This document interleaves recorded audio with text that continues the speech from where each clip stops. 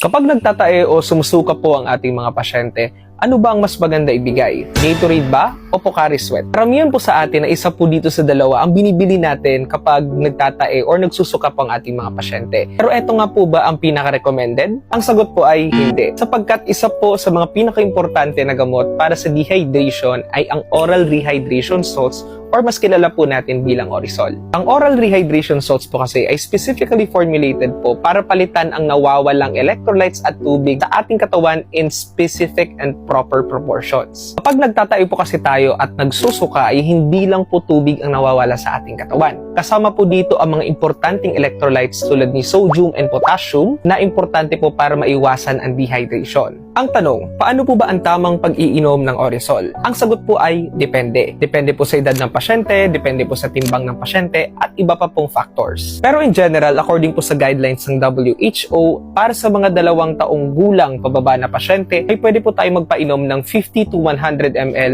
every after loose stool. Para naman po sa mga pasyenteng 2 taong gulang hanggang 10 taong gulang, ay pwede po tayo magpainom ng 100 to 200 ml every after loose stool. At para naman po sa mga pasyenteng 10 taong gulang hanggang po sa mga matatanda na, ay pwede po natin painumin ng ating mga pasyente as tolerated or hanggang sa makakaya po ng ating mga pasyente. Bago rin po timplahin ang inyong mga Orisol, ay mainam po na tingnan nyo po ang directions po ng pagtitimpla po sa likodan po ng mga sachet. Tulad po nitong hawak ko ay dapat tinitimpla po siya isang buong sachet sa 200 ml po na tubig. Ang tinimpla po natin ito ay consumable for 24 hours lang. Ibig sabihin po after 24 hours ay posibleng sira na po ito. Kaya kung may matira pong solusyon after 24 hours ay mas mainam po na tapo na po natin ito at timpla na lang po tayo ng panibago. At kung ang pagtatae po ay sinasamahan ng pagdurugo, mataas na lagnat, bigla ang pagbawas ng timbang at panghihina, ay dapat po magpakonsulta na po tayo agad sa ating mga doktor.